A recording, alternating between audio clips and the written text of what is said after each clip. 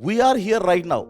We are here on this planet and this place right now. Once upon a time, this very piece of land was ruled by. I want such type of candidates who are having the ability to predict the futures. Come on, who are those candidates? It is asking. How it can select whether you are in a position to predict the future or not? It will be posing the questions on what? When you know everything about India, who else can better rule than you? And so, UPSC is waiting for such type of patriotic people. Sometimes the language in the NCERT is somewhat tricky, but the language here in this NIOS is.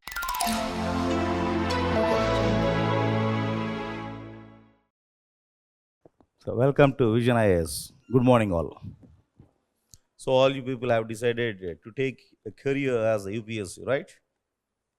Once you are taking a decision, there is a concept called as opportunity cost. What do you mean by opportunity cost? Whenever you are choosing one particular path, at the cost of some other path, you are choosing this particular path. And so, why you have chosen this one? In belief that this is going to give the greater returns. And it has to give the greater returns. If at all it is not giving the greater returns, definitely the opportunity cost got missed. And so, what I believe is all you people have taken the decision in deciding your career as the UPSC, right? So, welcome to Vision IAS once again. My name is Jaya Krishna. I've been in this field for the past 17 years. I served here in the northeastern India. After resigning my job, I am into completely into teaching. It's my 18th year, right? Teaching geography, ecology, environment, as well as teaching geography, ecology, as well as the disaster management, right? Now, this is about my profile. Let us come to the strategy. What is the strategy for the cracking of these UPSC services? There must be a prescribed strategy, right? All we people, normally, all the students, what they feel like, once I have taken a decision like we are going to prepare for the UPSC, blindly they will be going for all the syllabus. But what is the syllabus prescribed by UPSC and why that particular syllabus? How the way you need to approach? First of all, you need to understand why that particular syllabus. Why UPSC has prescribed the syllabus like, suppose if it is the syllabus given by UPSC, there are core 4 major subjects. What are the core 4 major subjects? The first one is the history. The second one is called as the polity. And the third one, of course, are geography. The fourth one is economy. These are called as the 4 core subjects. If at all you want to start any career in any other field, these things like history is not important. Sometimes even in the society, the question will be asked like, why history? Why to read history? Somewhere something happened way back in the 17th century, 18th century, maybe in the 19th century. For what? In this present scenario, why that particular concept is important? When it is not important, why UPSC is asking you to read? Studying 8 hours a day and still not sure if it's working? You are not alone. Hard work is important. But in UPSC, effort without direction is burnout without results.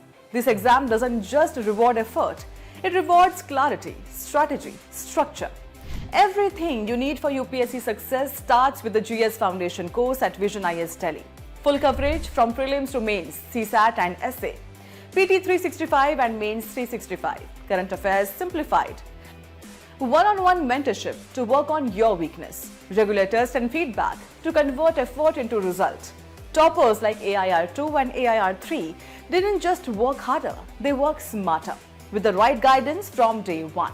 Batches starting from 30th June at 8 am, 8 July at 11 am, 15th July at 8 am, 18th July at 5 pm, 22nd July at 11 am, 25 July at 2 pm, 30 July at 8 am at Karol Bagh, and 23rd June at 5 pm, 10 July at 8 am, and 29 July at 6 pm at GTB Nagar. To know more or register, visit our website.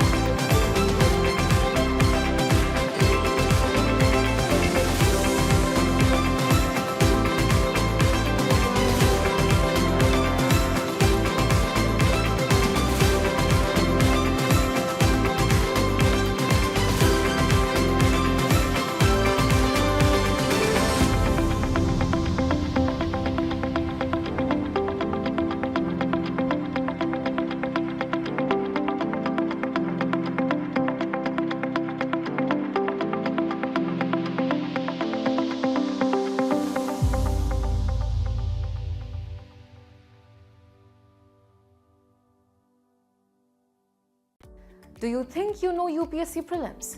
It's time to prove it. The UPSC Prelims isn't just a test of memory. It's a test of strategy, instinct, and pattern recognition. And every topper knows the secret weapon is the PYQs. Now, it's your turn to unlock that edge. IAS presents masterclasses on UPSC Prelims PYQs starting from 25th June at 2 p.m. Available both offline and online, this dedicated course in 20 days covers 13 years of PYQs with one mission: your selection. This isn't just revision, it's a tactical upgrade. Here's what you'll master: topic-wise PYQ analysis, polity, economy, history, science and technology, and more. Elimination and logical guessing techniques, difficulty and source mapping, nature-based tagging, fundamental, applied, current-based. Smart revision strategy plus personalized mentoring. What makes this different? You won't just study questions, you'll deconstruct them.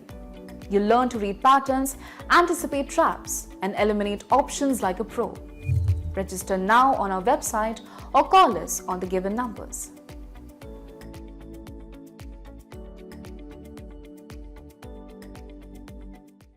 Ancient history, medieval history, modern history, isn't it? It is asking all those things.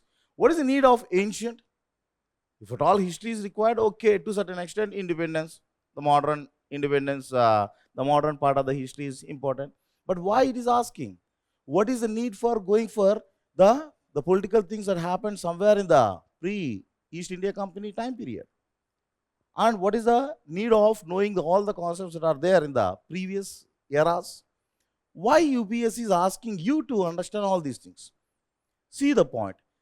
All the students, we feel like I'm including myself also, so that I'll get connected with you and I feel somewhat younger, right? What the people feel like, why to go for all these things? One, the syllabus is given. We feel like this is one subject where you should be very good at. This is another subject where we should be very good at writing all the answers. We'll be seeing the things in a piece by piece approach or in a patch wise.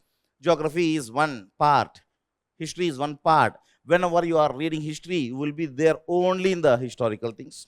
Whenever you are reading geography, our mind will be concentrating only in the geographical things. Whenever you are talking about polity, our mind will be thinking of only polity. But what is a strategy? Once the student start his preparation, what are all these subjects? According to UPSC, these are not meager subjects. What are they? All they are our past. Meaning what? We are here right now. We are here on this planet and this place right now. Once upon a time, this very piece of land was ruled by someone. Meaning what? Someone was here. For any layman's job, like maybe if at all you want to go for software or maybe some other field, maybe engineer or some other field, these things, geography, history, polity, are not that much important. But UPSC is asking, UPSC is prescribing the syllabus for whom? For a leader. All you people are ascribing for what? A leadership position. Once you are picked by UPSC, where you will be placed? You will be placed as the first citizen of the district. You are the head of the district. You need to take care of entire district. Meaning what? You have got the greater responsibility. When that responsibility is there, you should be, or you are called as a leader in that region. How a leader should be? A leader should have a basic, some quality should be there. What are those qualities for the leader for taking decisions? The leader is the one who will be taking the decisions, right? For taking the decisions, what type of quality should be there? For the leader, what is important is knowing about his past is very, very important. If it is for any other job, no need to have the knowledge of the past. For understanding the present, what is happening, what is very, very important?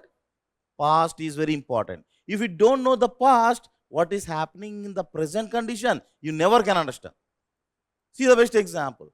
Whenever you are talking about the present condition, Israel and Iran are bombing against each other. Why Israel and Iran are bombing against each other? Normally, the wars will be there between the neighborhood countries like India, Pakistan, Israel, Russia, sorry, what is on Ukraine and Russia, right?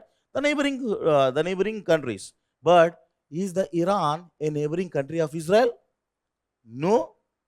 Almost also 1,000 kilometers gap is there. Yet they are fighting against each other. Why they are fighting? There is some past scenario. If you can't understand that past scenario, if you don't know that past scenario, you cannot understand the present condition.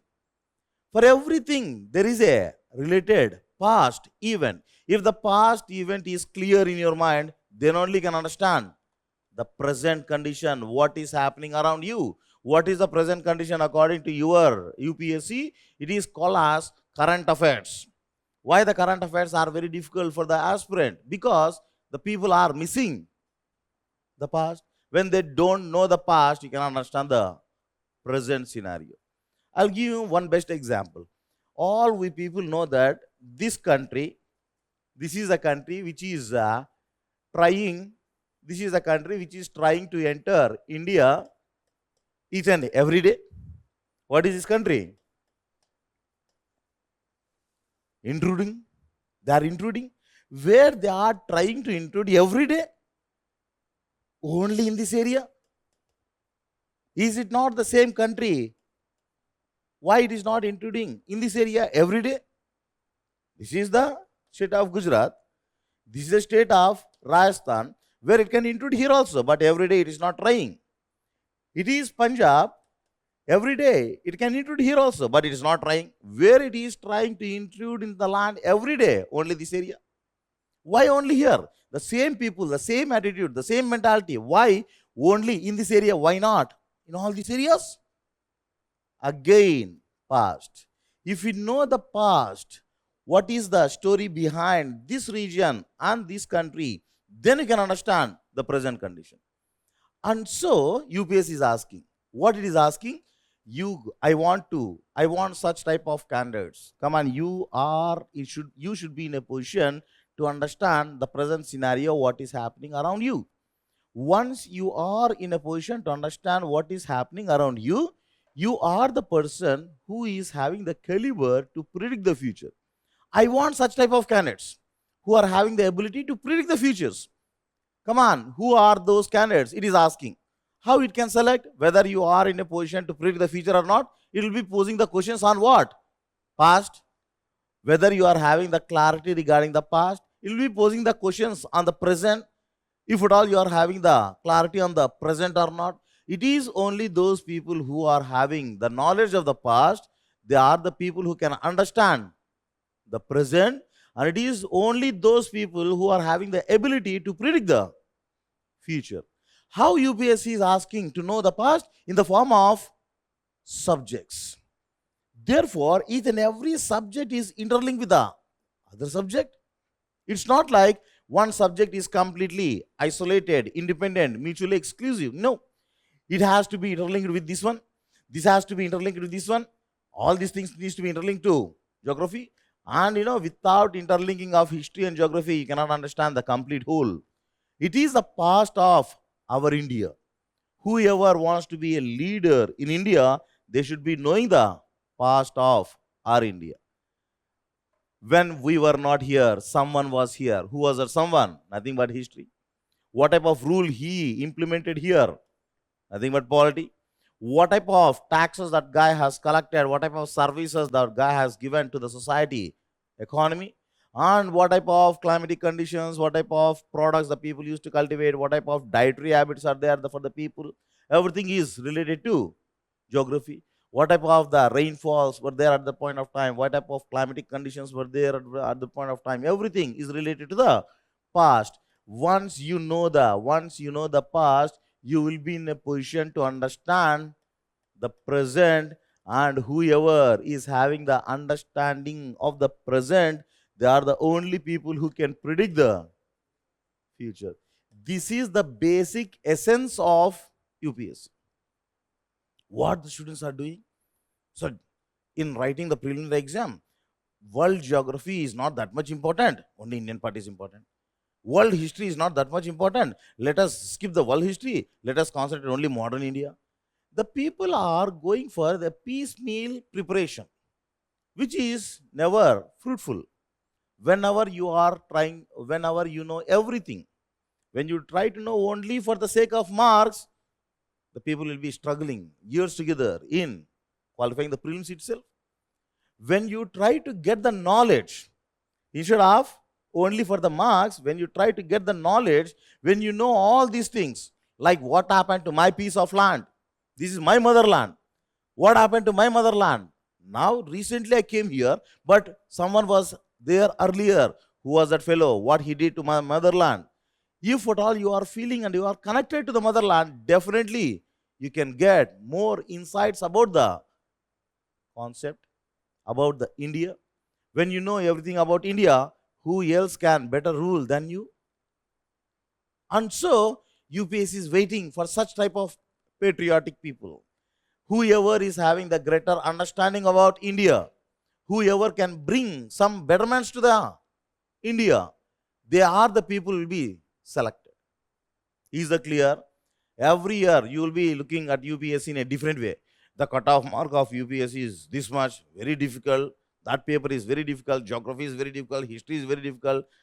It's not, it is the way how the UPSC wants to test you whether you are good at understanding our motherland or not.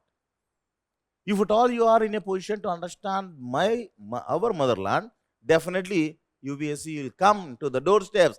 Will be knocking the doorsteps until you open the door, provided you are having that caliber. Is it clear? This is what the entire essence of UPSC. For this one, in order to get mastery over the past, there is a prescribed way how to go through the syllabus. There is a prescribed way. What is the prescribed way? Like, you need to start with the basic understandings, like the basic books like NCERT books.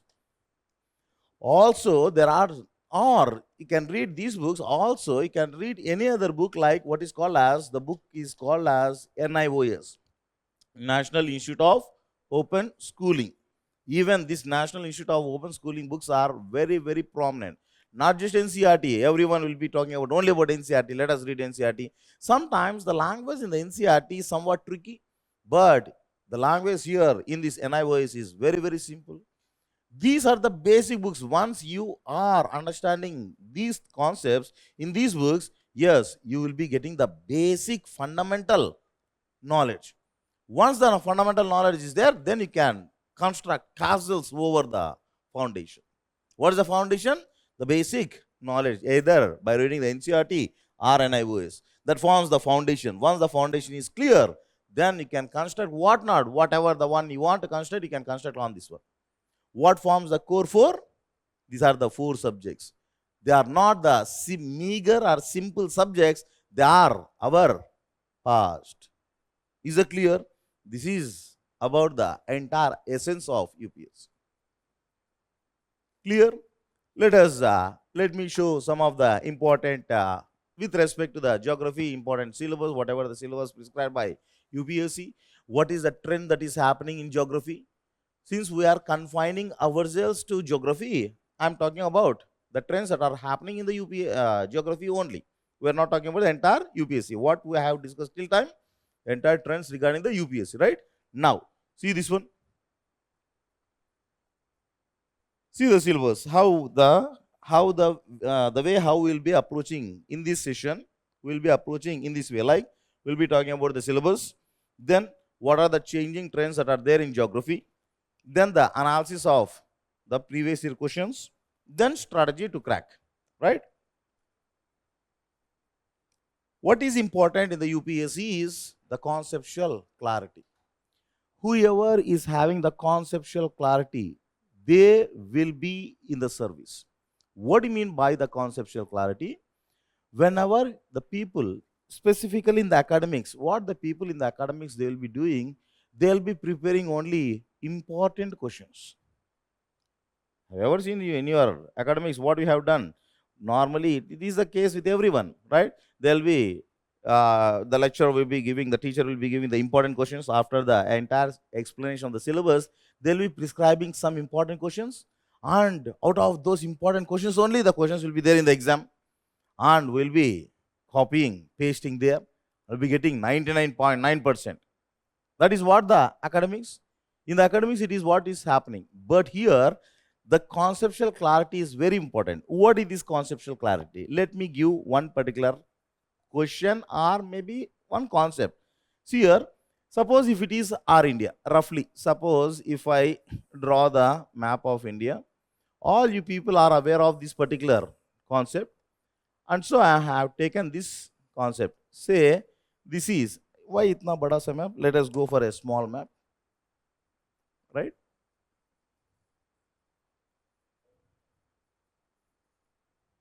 If it is India, roughly, right? All you people know the concept of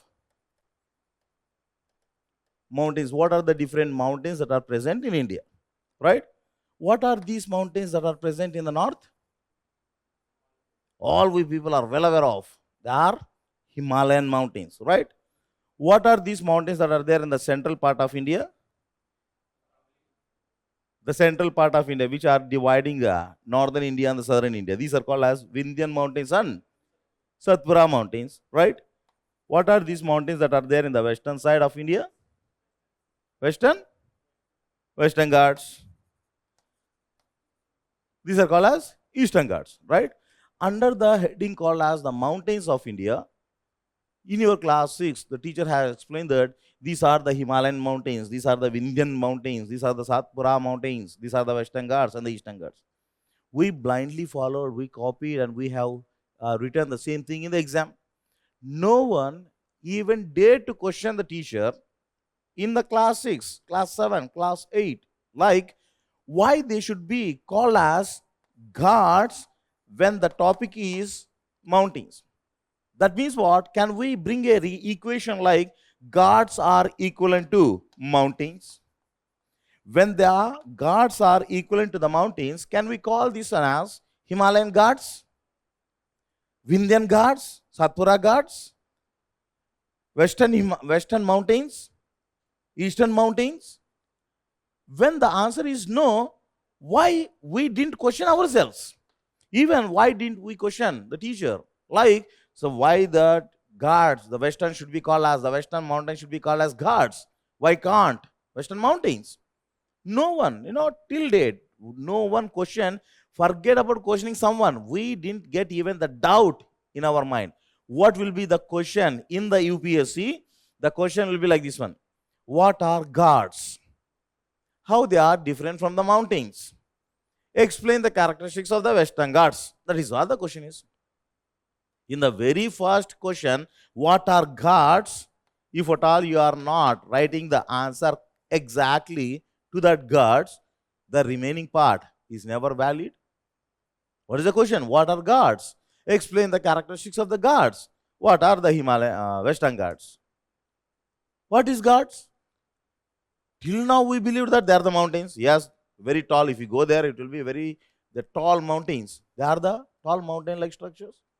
Himalayas are also mountains. Western Ghats are also mountains. Under the heading called as mountains as given by your teacher way back in your class 6. But why? They should not be called as mountains. Then what is the difference between the Ghats and the mountains? This is what mean by the conceptual clarity. Once you are having the conceptual clarity, UPSC becomes a cakewalk. UPSC is not giving any question which is from Mars or from Venus. It is asking the questions which are known to you, but at the basic level. It will be asking at the basic level. It will be striking at the core, at the ground level. Once your foundation is strong, that question can be answered perfectly. If the foundation is not good, obviously you cannot understand the entire essence of UPSC. Is it clear? See this one. All you people know, and so I have taken this particular example. Fine. This is the way how the UPSC will be questioning, which is meant by the conceptual clarity. And so we should be having everything, the knowledge, right from the basic to the peaks in a very, very clear manner. Once the concept is clear, you can write anything. Why this particular concept is being expressed on a greater scale right now, why we are emphasizing more on this one? Because Whenever you are having the conceptual clarity, then only you can attempt the preliminary questions. Then only you will be in a position to write the answers for the mains parts. Normally, what the student is doing, this is the biggest mistake the student is doing. They will be confining themselves for the writing of the preliminary exam. They will be taking the syllabus of the prelims and they will be preparing that part and they will be giving the attempt. When it comes to mains, they will be taking the mains part and they will be preparing only for that one. This never will be giving the fruitful result. You should not prepare either for the prelims, only for the mains. It should not be the strategy. You should be having the complete concept. You should be having the complete knowledge, which is called as the holistic approach. Once the entire holistic approach preparation is there, then you will be qualifying the preliminary part. Why the people are failing the preliminary part for more than 3 times, 4 times? Because they are exclusively preparing for the prelims.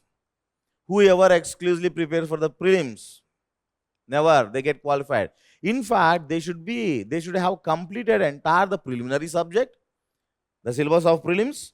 They should have completed even the entire syllabus of the mains, along with the essay writing, along with the ethics paper, along with the optional paper. Once you complete everything, then you are ready to give the preliminary examination. Then the people will get clarity and they will be qualifying the preliminary exam. What is the strategy? Many of the people, more than 70% of the people, what they are doing, they are exclusively preparing for the prelims and they feels like once I qualify the preliminary exam, then I will be looking into the mains syllabus.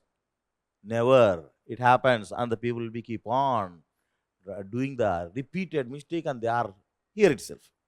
They are roaming and they are called as the senior citizens in the UPSC.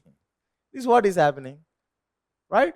The preparation should be in a holistic manner, not in a piece by piece approach. That is why the conceptual clarity. Whenever your preparation is the holistic approach, then only you will get the conceptual clarity, or else you never will get the conceptual clarity. Then let us talk about the syllabus that is given in the UPSC for the geography. Whenever the syllabus is a single line syllabus, take it to be granted, the scope of asking the questions are wide. See, the preliminary syllabus is a single line syllabus. What is a single line syllabus? India and the world geography, physical, social and economic geography of India and the world. It is talking about all the physical, social and economic geography of India and the world. That is only a single line syllabus. What do you mean by this physical, social and economic geography? See this one. In fact, the subject geography got divided into 2 parts. In fact, the subject geography got divided into 2 parts. What are the 2 parts? One is called as the physical geography. What do you mean by the physical geography? Whatever the physical elements you can see directly with your naked eye. What are the things that you can see, you can feel? These are the physical geography, like something related to the land, because we are standing, we are living on the land, we are surviving on the land, and we are surrounded by the gases. Also, what we require is the water bodies that are there, oceans are there, rivers are there, lakes are there. Whatever the physical entity you are coming across in your day-to-day life, that is what the physical part of the geography, which is called as the physical geography. What is the name or what is the chapter name that is enlisted in the physical geography? In the case of land, nothing but everything related to the land is called as geomorphology. This is the first and foremost chapter within the physical geography. Whereas this one related to the climate, what is happening right now? The climate change is happening, the climatology. What is this one? Is called as the description about the oceans, nothing but oceanography. Why these 3 parts are so important? One is land, nothing but the land related. What is the land is made up of? Rocks. It's a lith related, nothing but lithosphere. This is called as the gas related atmosphere. The ocean, nothing but the hydrosphere, water related. Why these 3 parts are so important? See the understanding of this concept. Why these parts are so important? Because of the interaction of the rocks, nothing but lithosphere. What do you mean by lith in the Greek language? Lith is nothing but rock. What is the atmosphere is nothing but the study of the gases. It is the mixture of gases enveloping the entire earth, which is very much essential for our life. And this is hydrosphere, nothing but study about the water conditions, whatever the water that is there. These three are non-life entities. Rock is not having life. Gases neither have life, right? Even the water is essential for life, but it is itself is a non-life product. When these three products are interacting, wherever they interact, what develops? Life develops. It is only on our planet Earth all these spheres are interacting. The rocky elements are interacting with atmospheric gases. Atmospheric gases are interacting with the water. Whenever there is a proper interaction of all these elements, what develops? What takes birth? Life is happening. See the life?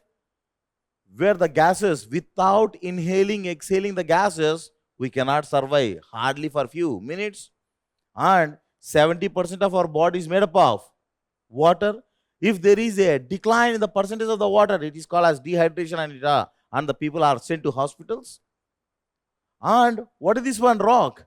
We feel like, rock is such a waste material. It is not having such a great economical value. And always we feel like rock is having economical value only. But what is the significance of the rock? Without rock, there is no life at all. If the rock is not there, there is no life. Just imagine. Because what is a rock? Aggregate of minerals. Whatever the minerals that are present in the rock, you can find those minerals in us. In our body, the minerals are there. What this is made up of? Whatever the chair you are sitting, what it is made up of? Iron. Do you think that iron is there in our body? Yes, it is there in our body. If you go to a doctor, that fellow will be checking and be telling like, oh my God, your blood is having less iron. What do you mean by blood is having less iron? When the iron is less, what is the solution? Go to a hardware shop, purchase some nails. Is this or what? No. Right? That is what the mineral that is present in our body. Sodium is there. Calcium is there. Calcium, the so-called chuna. Koila, carbon is there in our body. Without carbon, there is no life at all. All the entire life, whatever the life you are talking about, the plant life, animal life, whatever the life you see on the planet Earth, the basic element is carbon. And right now we are scolding, we are cursing carbon like anything because it is leading to global warming. Oh my God, carbon dioxide, don't burn that, don't burn this, don't eat that one, don't eat this one. And not only burning, the people are talking about eating also. In one of the reports given by IPCC, what is this IPCC? Intergovernmental Panel on Climate Change. If at all you are more non-vegetarian, you are the culprits for global warming. That is what the statement given by IPCC. Meaning what? More than a non-vegetarian type of lifestyle leads to more global warming. That is a statement. Not we are talking about the burning of the coal, burning of the crude oil. We are talking about even the lifestyle also is leading to global warming. Everyone, they are looking carbon as a culprit. But that very carbon, if this is not there, there is no life at all. All the products are made up of carbon elements. This is what the carbon. All these elements, they are contributing something here. This is contributing something. And even this layer is contributing something, giving birth for the life. And so, life on the planet Earth is highly sensitive. So sensitive is this one. Because it is at the tri-junction of the three spheres. Any misbalance happens between any one of the sphere, who will be the first to get affected? Life. That is what the sensitive life that is present on our Earth. But without understanding this one, the man is doing so many things. He is degrading this one. He is degrading this one. He is degrading this one.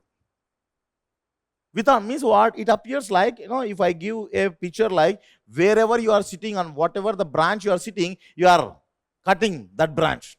That is what is happening. That is what the man is doing right now. In the name of developments, in the name of the sophistication, in the name of luxurious type of lifestyle.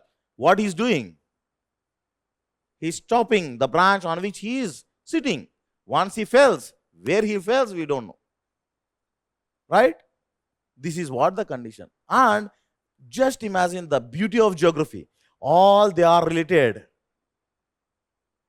The life-giving entities are there in our subject called as geography. And so, don't think that geography is such a dry subject. Geography is a life-giving subject. Without geography, there is no life at all. And so, you should be understanding the way how the people are living on the planet Earth is decided by our subject. Right? What to eat is decided by the geography. What to wear is also decided by our geography. That is what the importance of the geography. What type of lifestyle the people should be living is also decided by geography. What do you mean by lifestyle? Nothing but culture. The culture of the land is decided by geography. That is what the geography. This is the first part. It's called as the physical part. What is the second part, which is nothing but a very, very important one called as human geography. What is this human geography? How these physical elements are influencing the human. In what way they are influencing the human? This human part is again divided into two parts. One is called as the economic geography. This is called as economic geography. Another one is called as the social geography. What do you mean by economic geography and what do you mean by the social geography?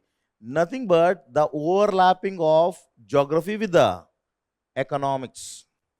The overlapping of the geography with the other discipline called as economics. Whenever there is an overlapping, this part becomes the economic geography. The overlapping of geography with the sociology is called as social geography. How the man is interacting with the land? Nothing but agriculture. For what? The agriculture is very useful for the very survival. From where the man is getting the food from? Agriculture. Who is providing all the basic essential elements? The physical part. The physical part is providing the facilities, and man is, with his knowledge, he is doing some work and getting more foodstuff and he is surviving. Just see this one. Till recently, what was the condition? Till 1960s, 60s and 70s. Till 1960s and 70s, the people believe that the land is limited. The land is limited and the land is having the capacity to grow only such a limited amount of food material. And so, the population, whenever it is growing on a rampant scale, that growing population will never get the sufficient food from the limited land. And so, let us cut down the population. Let us cut down the population means what? Let us cut down the population growth rate. This is what the people have given a slogan in the entire world countries. But we developed the technology called as the Green Revolution technology. Within the same piece of land, we started producing more and more crops. Earlier, the same piece of land was giving maybe 100 bags of paddy. Now, the same piece of land is giving 1,000 bags of paddy, supporting greater population. And so, the population of the earth is ever growing. It is heading towards the 9 billion mark. Right? That is what is happening. This is what the agriculture. Then, the other thing, even agriculture is decided by what type of crops needs to be cultivated in which area. Let us take the case of North India and South India. What is the main difference in the dietary habits? Roti eating culture, rice eating culture. Who will be deciding what to eat? It is our geography. Why the people in the north are called as the roti eating people? Why the people in the south they are called as rice eating people? Because of the climatic conditions, because of the type of soil where the products are cultivated there according to the geographical conditions. And so the people are forced to eat that available product there. Same is the case even with the attire. Attire nothing but the dress habit. So what is this? The food we can understand. Is the attire is also decided by geography? Not only the attire, the people, how the people have to lead the lifestyle also decided by geography. See the case of attire. What is the type of climate that is present in South India? There is no distinct season called as winter. In the south, there is no season called as winter season. Whereas in the north, you can find the distinct season called as winter. Whenever it is winter, the temperatures dip to less than 5 degrees, 4 degrees, 3 degrees. Sometimes in the case of Punjab, in the case of Jammu Kashmir, in these areas, the temperatures falls below 0 degrees? When the temperatures are falling so greatly, the people needs to protect their body. And so what is the product that is supposed to be worn on their body? The wool material. Wool is the one which can protect the body from the severe coldness. This is a wool wearing culture. Whereas in the south, there is no question of wool wearing culture. They need to maintain the body temperature in order to protect from the harsh conditions where the severe scorching sun. We need to protect the body from the scorching sun, and so we need to use the cotton, the lungi wearing culture. Why the lungi? Why the coats in North India? Why the lungi in South India? Whenever the people becomes even the prime minister or the president or even the vice president also, never they will be losing their identity. Let us see the vice president, the ex-vice president of India, Mr. Venkaiah Naidu. Wherever he goes, he will be in the same attire. What is that attire? That attire was once upon a time a convenience. What was the convenience? Because of harsh temperatures, the people are forced to wear the cotton, and so the lungi. The very cotton wearing culture has become a rigid culture. That is a culture of South India. Lungi wearing is a culture. Who decided the culture? The convenience. The convenience of the land. Who will be bringing the convenience for the land? Geography. Could you understand? It is the geography which will be deciding everything. Who asked these Arabian sheikhs to wear the white cloth from head to toe? Right from head to toe, only white cloth? Why they are forced to wear only that one? Are there people are not having enough money to purchase a colorful red, black, violet colors? Why? Why not they are wearing all these things? Because it is the convenience for that people in the deserts. Moreover, they don't have pockets. Have you ever seen this one? They don't have any pockets. Why the pockets will not be there? In fact, they'll be maintaining a pouch. A separate pouch will be carried by these people, and the pouch can be closed. If at all you are pulling the threads on both the sides, the pouch will get closed. If at all you are opening the one, the pouch will be opening. There are no pockets, unlike in the coats. If in the blazer or the coat, if at all you are seeing there is one pocket, another pocket. If you open this one, two pack, another packets are there, right? Why these people are not having the pockets and the entire cloth is from head to toe, one single color? Because of scorching sun. In the Western Asian region, the temperatures are very high. Not only the temperatures are very high, even the dry climatic conditions are there. What do you mean by dry climatic conditions? There is no much rainfall. When there is no rainfall, there is no much moisture in the soil. When there is no much moisture in the soil, you can find a very great dust storms. A small blow of wind can create a dust storm there. And whenever there is a dust storm, the people need to protect themselves. And so, when the dust is there, when the people are having number of pockets, what happens in each and every pocket? 200 grams, 500 grams of dust will be stored. And so, these people doesn't have any pockets. Moreover, why the white cloth? Because the white is the best reflector of the heat.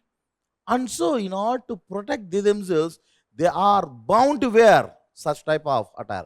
Who will be deciding? Convenience. That very convenience is by geography. That has become a rigid culture. Even the application of kajal. Have you ever seen this one? The application of kajal, nothing but what the people call in the Western world as surma. Surma wearing culture. What is surma wearing culture? Irrespective of the gender. In India, only the female will be applying the kajal. But in the western part of Asia, the people, irrespective of the gender, male or female, they will be applying the kajal. Why? Again, the convenience. In the dust storm, whenever the dust rises, they need to protect their eye. If the sticky material is there just before the eyelid, then what happens? It will be attracting that one. It will be sticking, protecting the eyeball. That is what the convenience. Each and everything is a convenience. That very convenience right now is called as the rigid culture. Who will be deciding that convenience? It is the geographical aspects. This is what the UPSC geography, always UPSC geography is talking about the application. why a certain products are grown in certain regions. Let me put in another topic also, like, let me add this topic also in this one, so that you can have some more better understanding. If not the answers, at least the questions will be instigated in the mind. What is more important? The cropping up of the question in the mind is more important, not the answers. Once the question is there in the mind, automatically you will be searching for the answers. Whoever search for the answer and whoever gets the answer, they will become the greatest personality. What is important is the cropping up of the doubt in the mind. The instigation of the doubt in the mind is very, very important. Let us see the other case. See, these are all the very general things. I am not entering into the subject, right? These are very general things. Like whenever you are seeing the Himalayas, see the case of Himalayas. Himalayas got stretched from where to where? Right from the Jammu Kashmir till Arunachal Pradesh. Entirely the mountains are called as Himalayas, right? When they are all Himalayas, formed during the same point of time, formed during the same, with the help of the same processes, when they are all Himalayas, right from Jammu Kashmir till Sikkim and Arunachal Pradesh, why the products like apples can be grown only in the Himachal Pradesh, Uttarakhand, Jammu Kashmir? Why not apples can be seen in Arunachal Pradesh, Assam, Sikkim? Have you ever come across the name of the apple called as Arunachal Pradesh apple? We know Shimla apple, we know Kashmir apple. Why not there is an apple like Sikkim apple? Never heard? What is the greatness of the Sikkim region, the Arunachal region, the northern Bengal region? What is the product that is grown there?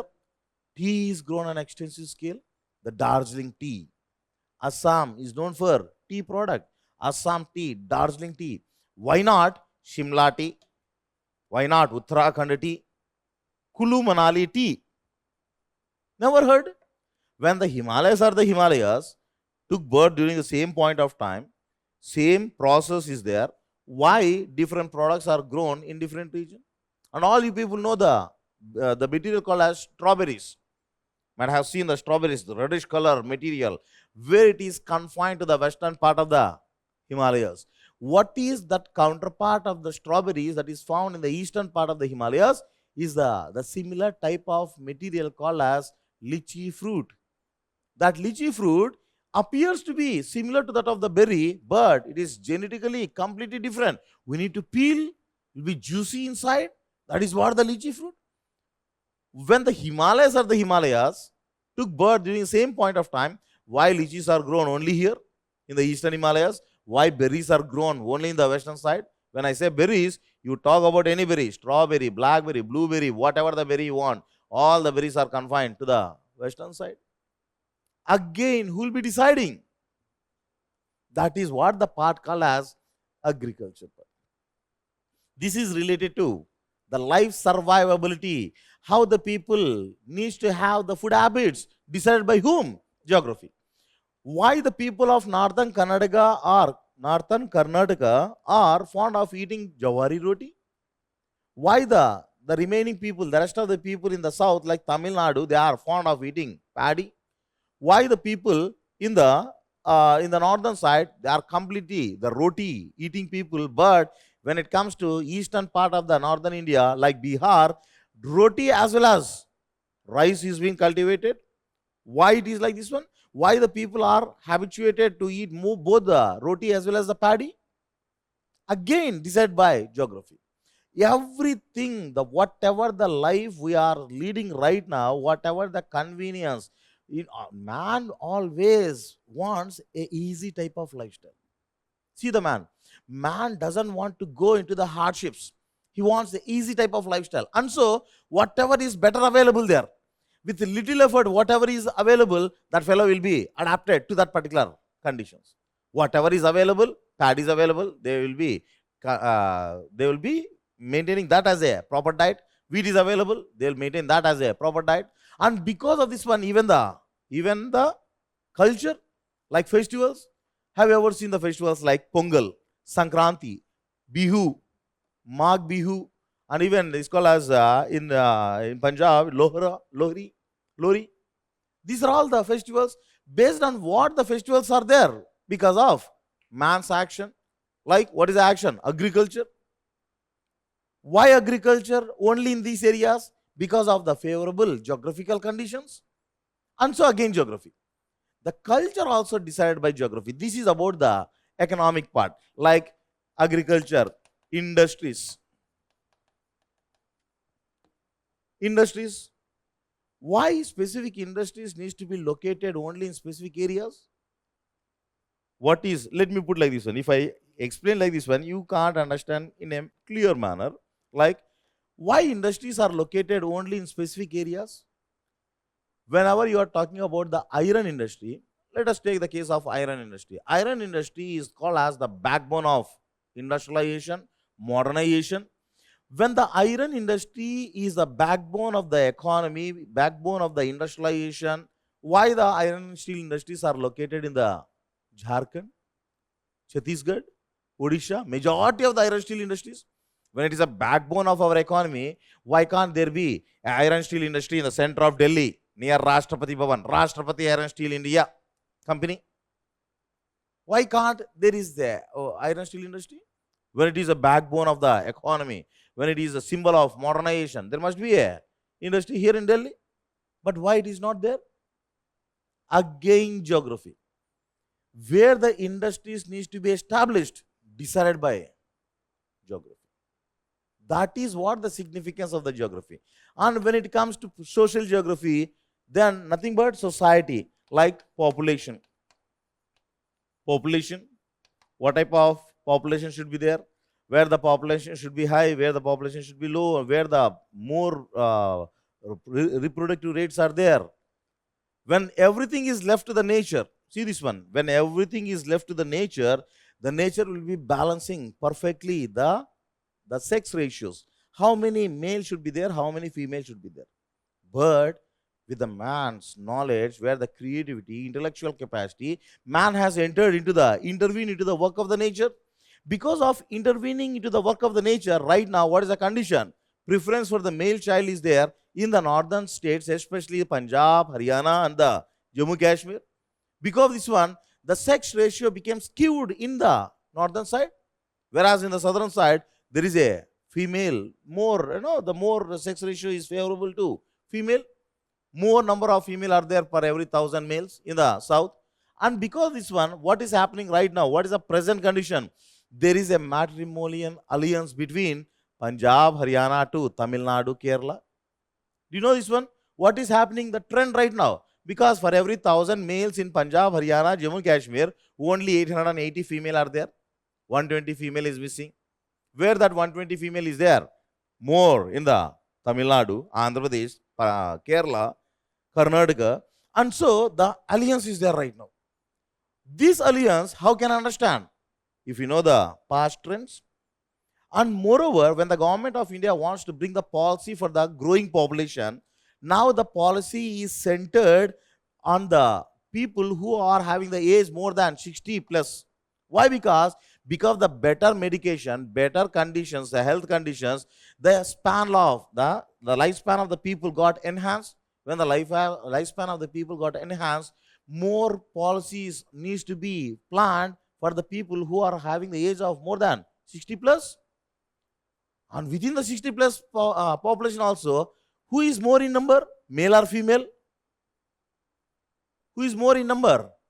Female is more in number. In the case of the working age population, the female is less, but in the case of 60 plus population, female is more in number. Meaning what? The women is having the longer lifespan than that of the male. Why the male is dying early? Why the women is staying long?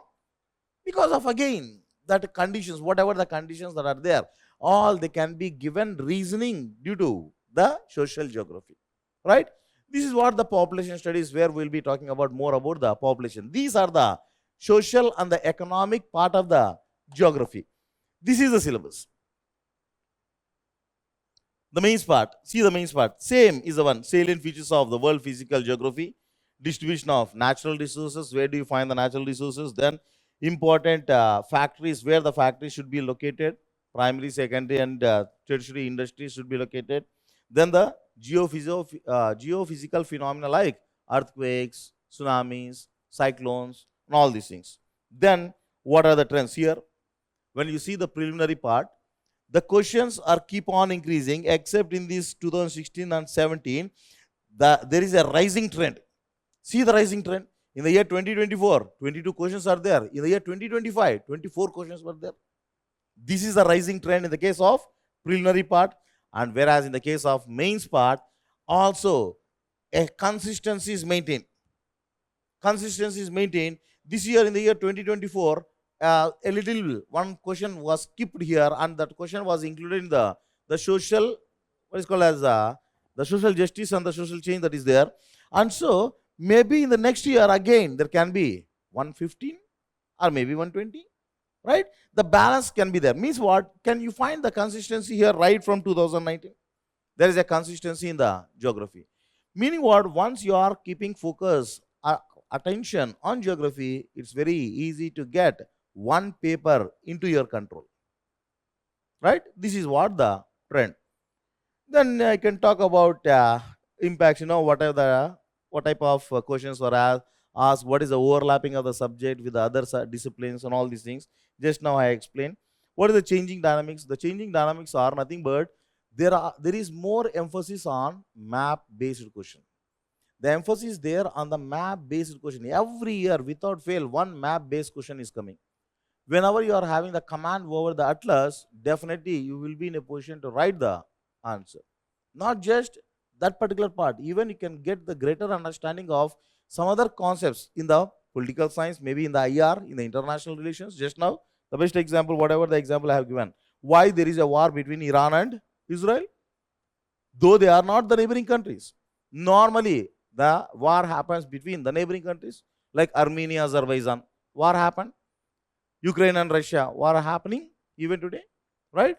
Whereas this particular one, where they are not the neighboring countries, yet the war is there. When you can understand, whenever you are having the understanding of the atlas. These are the model questions. Like whatever the greatest changes that happens on the planet Earth, those can be asked as a question. Like what is the questions here? One of the lakes in the Western Africa has completely became dry. What do you mean by completely became dry? One lake which was a live material, live structure that got completely dead because of man's action. And such type of any such unique changes are found, on the surface of the earth, they will be asked as a question. Any change that is present in the nature, if any greater change happens, that can be asked as a question. And again, map based, where do you find what type of mountains? These are the factual things. When it comes to the mains questions, see the questions, the type of questions that are there. What are ocean currents? The factual based question. This is completely static. Means what? Factual based question. All these things will be dealt in the classes, like the facts that are there, the basics that are there. What are the ocean currents? How they are influencing the conditions of the neighboring land areas. Then multi-dimensional impact of uneven distribution of the minerals. If you see the distribution of the minerals, there is no question of uniform distribution of the minerals. Do you think that each and every country should be having some quota of minerals or what? No. Take the case of Japan. Whatever the minerals that were there, all the minerals got already exhausted. Right now, what are the minerals that are there in Japan? Entire Japan is depending upon the imported minerals. Who is importing? We are exporting. Japan is importing. We are exporting into Japan. Clear? See, all these are the things, like, this is related to natural resources. Then the same thing, like based on the natural resources, why is the world today confronted with the crisis of availability of the fresh water? What is happening to the water? The water is highly polluted right now. Every water body on the planet Earth is highly polluted right now. Why? Because again, the name of development, it is because of the anthropogenic factors, nothing but the man-made factors. What are the reasons? What type of conditions are there? Everything will be dealt here in the classes. What are the reference books? These are the important reference books. NCERT forms the base, or NIOS forms the base. Along with the other book, there is a book called as Go Chang Liang, nothing but GC Liang. This is a certified physical and the human geography. Also with the 12th class NCERT book, The Fundamentals of Human Geography and India Physical Environment. The moment to test yourself before UPSC does is here. Introducing ABHYAAS Mains 2025 by Vision IAS, conducted simultaneously in 35 plus cities across India. ABHYAAS lets you experience the real UPSC mains environment wherever you are. If you are writing Mains 2025, this is your opportunity to experience the exam hall atmosphere in advance, assess your readiness under real conditions, identify and bridge critical gaps in your preparation. Why choose ABHYAAS Mains 2025? All India percentile to benchmark your performance, expert evaluation with actionable feedback, post-test discussions to enhance your approach, closely aligned with UPSC's pattern and difficulty level, comprehensive coverage of all mains components, GS paper 1, 2, 3 and 4, essay, optional papers 1 and 2, available in English and Hindi. Test schedule: 26th July, GS paper 1 and 2, 27th July, GS paper 3 and 4, 2nd August, essay, 3rd August, optional paper 1 and 2. Toppers have trusted ABHYAAS year after year to sharpen their writing, refine their strategies and gain the confidence to excel, inspiring thousands of aspirants to follow their path to top ranks. Now it's your turn to rise to the challenge. Don't just prepare, rehearse, improve and excel with ABHYAAS Mains 2025. Take this decisive step towards your UPSC success. To know more or register, visit our website or call us on the given numbers.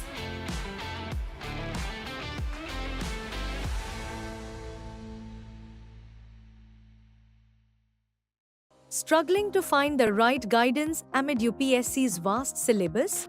Lakshya Integrated Mentoring Program 2026 is your complete solution offering personalized one-on-one mentorship, complete syllabus coverage including GS, CSAT, essay, ethics and current affairs, plus expert interview guidance with mock interviews. Stay ahead with performance analytics for targeted improvement and daily current affairs updates to keep you motivated and informed. Our phase-wise plan ensures steady progress. Integrated revision and practice phase. 2,600 plus MCQs, 25,000 plus Sandhan questions, and 500 plus subjective questions for a strong foundation. Mains exclusive phase. 120 plus subjective questions including ethics and 10 plus essay topics for mains clarity. Prelims intensive phase. 2,000 plus MCQs daily weekly, plus 25,000 plus Sandhan questions for prelims mastery. Mains intensive phase. 200 plus subjective questions to perfect your mains answers. Total daily questions, prelims MCQs, 30,000 plus. Mains questions, 800 plus. Test papers. Weekly Lakshya practice tests, prelims and mains, 80 plus. Full-length tests, 25 plus. All phases prelims, mains and interview preparation start from 2nd July. Hindi and English. Enroll now in Lakshya Integrated Mentoring Program 2026 and prepare smart for your UPSC success.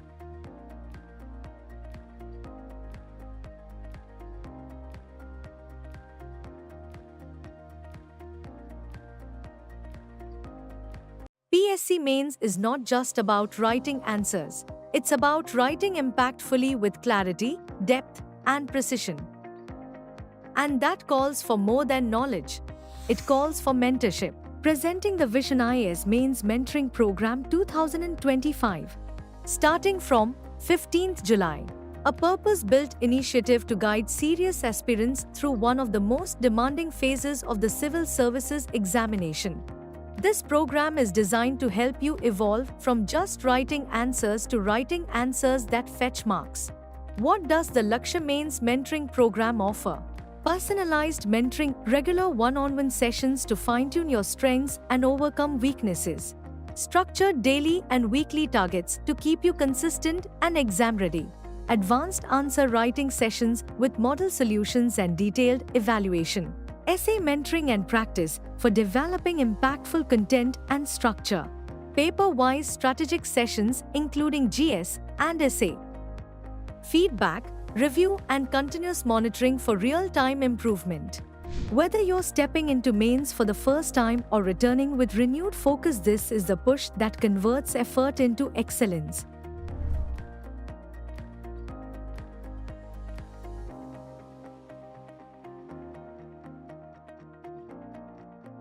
Right? In the case of NCERT, Fundamental Physical Geography, Fundamentals of Human Geography, India Physical Environment. This is about the reference books, right? A brief introduction to geography. Clear? This is my email ID. If at all you want to you want to get in contact with respect to any doubts or something, you can mail me. I will be available on this email ID. Right? Take care of yourselves. See you. Whatever the doubts you are having, get in contact through mail. Fine? Yes. Come on, go for questions. How to draw the map?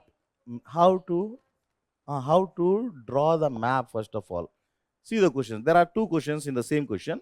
See here, whenever we are drawing the maps, like there are only two major maps. One is a world map, another is the India map. Just now I have drawn the India map. And whenever you are drawing the world map also, you need to maintain such thing like it is all, they come due to practice.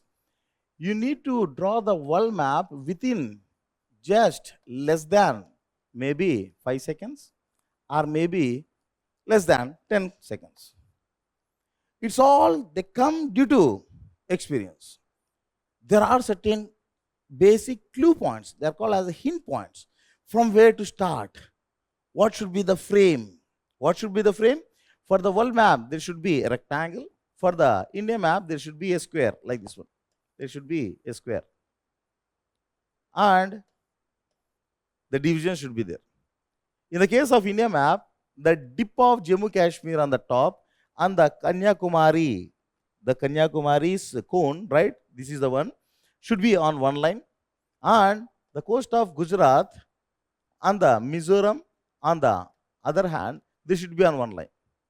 See, the coast of Gujarat, the Kathiawar coast of Gujarat and the Mizoram on one side, the Kanyakumari and the Jammu Kashmir dip should be on one line. Whenever you are seeing this one, if you draw roughly like this one also, it appears like a India map, right? These are some of the basic tricks that are there. You need to draw in a zigzag fashion like this one. Whenever you are drawing this one in a zigzag fashion, it will become the map of India, right? When it comes to the world map, again, from where we need to start the world map, which part needs to be drawn first. If at all you are following those tricks, you can master. It's not like, you can master this one within a day. The very first time whenever you draw India map, take it to be granted, an elephant will come. For sure, right? But as and when you are keep on practicing, that very elephant turns into a beautiful map of India. Right? It's all over a practice. Is it clear? And the next question, what is the next question is how to point specifically some important places on the map. Again, it is with respect to the conceptual clarity. Whenever you are studying geography, you'll come across the Indian geography. Specifically in Indian geography, there is a concept called as physiographic features of India. In that physiographic features, we'll be talking about right from Himalayas till Kanyakumari.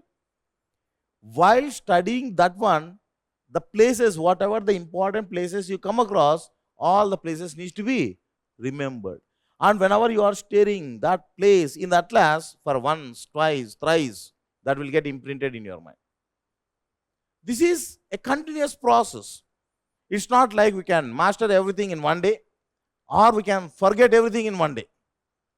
It is a continuous process. It requires a stupendous work and patience. Whenever you are working on this one, when the concept is there, on the one hand you will be learning the concept, on the other hand, the 1+1 offer. What is the 1+1 offer? Whenever you are getting the command over the concept, map, it becomes a command automatically. The map will be there in your mind automatically. Right? You need to go in hand, like, conceptual clarity along with this one, steering or looking into the atlas. In fact, in the classes, will make you to look into the atlas. As a condition, you need to bring the atlas. The moment once the concepts are explained, like fold mountains, we'll be asking you to visit the Rocky Mountains, to visit Andes Mountains, not practically, but in the atlas. Right? Sitting here in the geography class, you should be roaming the entire world without visa and passport. That is what the beauty of our subject, geography. Right? Here I will stop and I will give way for some other faculties that are waiting for this one, right, for the session. Take care of yourselves. Jai Hind.